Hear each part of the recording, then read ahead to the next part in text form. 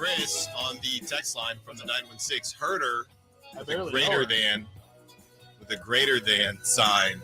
Herder is greater than Hardaway. They're probably around the same. I guess you could say so. Sure, why not? Yeah, Kevin Herter's a great shooter. He's probably he is a better pure shooter than Tim Hardaway, 1,000%. Hardaway does some things off the dribble that I just enjoy. Yeah.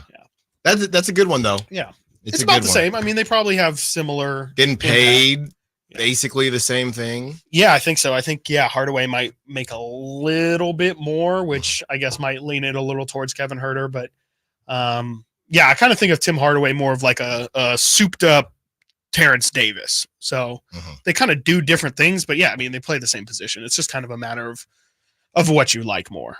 Coming up at 1 p.m., tickets, family 4-pack of 3-day passes to the California Classic Summer League, July 6th, 7th, and 9th. Also, kick it with your boys Wednesday at Public House for the NBA draft party. Regardless of who they pick, if they trade it, I will be there having an outstanding time. All right, Nate. We know everybody wants to talk about the bigs. Yes. How do we get Sabonis to play the 4? Chris and I haven't been on that train, but a lot of Kings fans are on that train. Give us the bigs, Nate. All right, we're going to start off hot here. Let's do it. Beef stew. Ooh. Isaiah Stewart with the Pistons. The Pistons are currently evaluating the trade market for him, and that's per Jake Fisher. Beef Stew's only 23 years old, averaging almost 11 points per game, 6.5 rebounds, 1.6 assists while shooting 38.8% on 3. Beef Stew is set to make $15 million for the next 4 seasons. We also have, and forgive me, I'm a casual. I'm an NBA casual. Goga Bitadze. Goga Bitadze, the number 18th overall pick from the 2019 NBA draft. He's a player that many contending teams are targeting as a backup big option in the vet minimum market. Clippers, Heat, Kings, Knicks, Mavs, Pelicans, and Suns are all teams they're expected to show interest. He's 24 years old, averages 5 points a game, 4.5 rebounds, 1.3 assists, and 1.2 blocks. He's got some defense. Yes, sir. In 15.5 minutes per game with the Magic. We also have Mitchell Robinson, a name you're hearing a lot, maybe because he plays for the Knicks. The Knicks and Wizards have recent dialogue around a potential trade involving Mitchell Robinson, and that's per Ian Begley. New York is hopeful to resign Isaiah Hartenstein to a long-term deal as their starting center, while Robinson, who's 26 years old, will make $14 million this season, and the following season he'll be making $12 million. We have Walker Kessler. Jeez, excuse me. I like the Boston accent. Yeah, Walker Kessler. Walker Kessler. He parked his car in Harvard Yard. The Utah Jazz could trade Walker Kessler, and another per Jake Fisher. There appears to be a wide range of starting caliber big men available for trade. Rival teams believe Utah is willing to engage in trade talks that would part ways with Jazz second-year center Walker Kessler, who's 22. And also, I'd like to say, are the Kings technically rivals with Utah? I mean, same Western. Maybe in the past. In the past, they were. You know, they had a good playoff series at one time. 90s, early 2000s. Yeah, Western Conference. I just want to know if they're being lumped into this trade talk with rival teams. I think the Kings are on a lot of lists along with really all of these Western Conference teams. The same thing they said for Bitadze. And, Chris, the thing is with Isaiah Stewart and Kessler, you're looking at 2 situations where I think you have 2 guys that would come off the bench and 2 guys that would possibly start. Isaiah Stewart is interesting because he is only 6'8", but he's a big, thick 6'8". Yeah. Do you think if Beef Stew came to the Kings, he would start? I feel like it might depend if Harrison Barnes is still on the roster. I think, I don't know. He's kind of like just on that borderline to where you would think he would, because he is he's a really valuable player. I think there's a lot of situations in which he would start. I think he probably would, and that's kind of where I think it gets a little bit murky. It kind of depends on how much, because I will confess here, I haven't watched a ton of Pistons games. I've seen some Beef Stew. I was definitely unfamiliar with his 3-point shooting prowess, like 38% on a couple of attempts per game. It's definitely not nothing. If he really is that good of a shooter, I think you can definitely make it work. And he also brings a lot of the things that we've been talking about that this team needs that you can't really quantify, like toughness, like physicality, like a dude who's willing to kind of mix it up a bit. There's the infamous Isaiah Stewart running through everybody to try and get to LeBron, so I do think that there's some of the edge that you really like, but I'm also looking at Beef Stew's game logs, and rookie season, 68 games, second season, 71.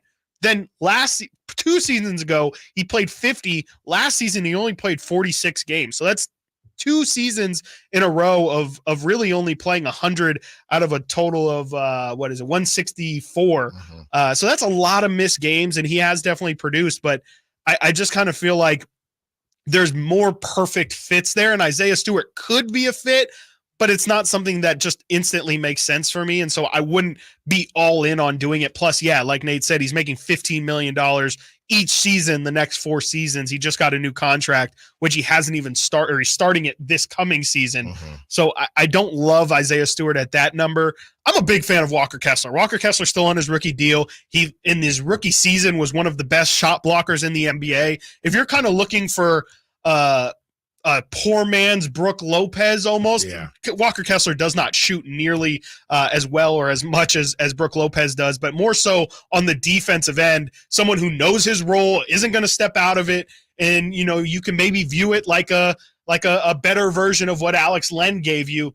I think Walker Kessler could start. I think he could come off the bench, but most importantly, I think he's somebody who's just very okay with the role that he would be given. Yeah, I think the issue with Walker Kessler is Danny Ainge. Of course. I just don't know that the Kings would be able to get a deal without giving up their firstborn or their left hand without, that might be something worth 13, maybe 13 for Kessler. Like, I know he's still on his rookie contract, so he's probably not making too much money. Yeah. And that again might be, like we like to point out, the Bobby Portis situation, where if you're going to try and throw players in there, you're probably, Chris Duarte for Walker Kessler, one side is definitely getting a lot more out of that deal. So that's another element of that too.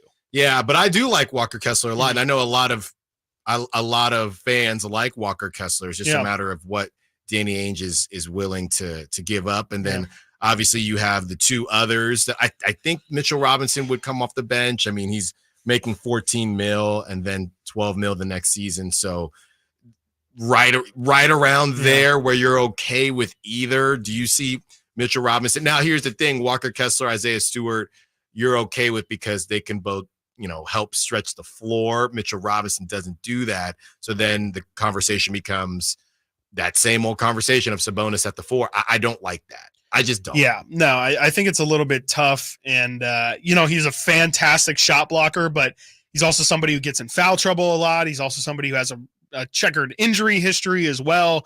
I think I like the player Mitchell Robinson. I honestly don't mind the number either, 14 and then 12 the next season. But it's not, again, it's just not really a perfect fit. And I'm, again, just somebody who wholeheartedly believes that Sabonis is at the 5.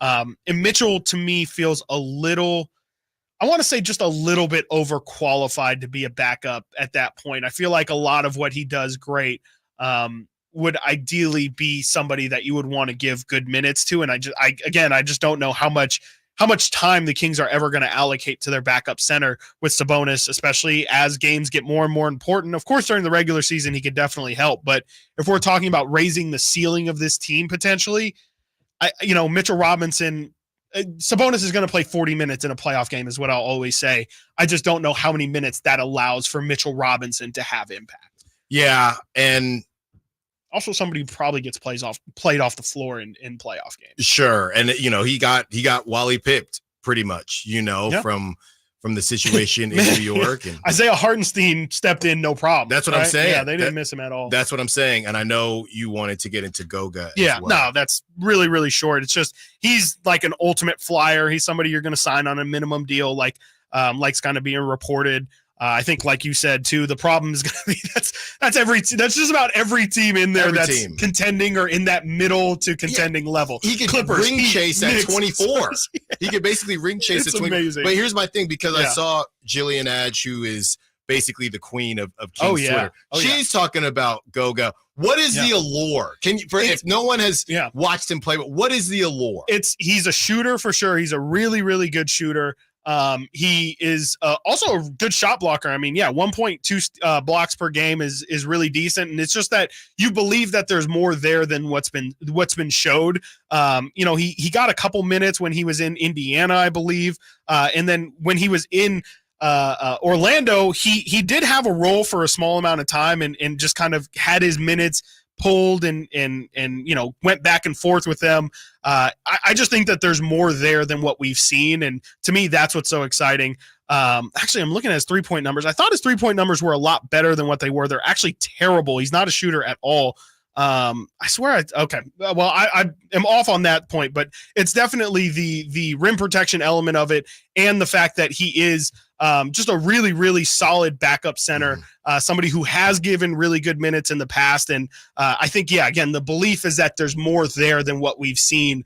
I definitely would have been more on board if his shooting was where I thought it was, but I'm looking at it here, and the most he's ever taken is 1.5 or 1.8 threes per game in his second season. He shot 25%. He's never shot higher than 28% from three. So he is a complete non-shooter, which is just something that I thought was a part of his game that it's apparently not. And he's also a really bad free throw shooter. So it's definitely just the hope that there's more there, and the defensive promise that he's already shown.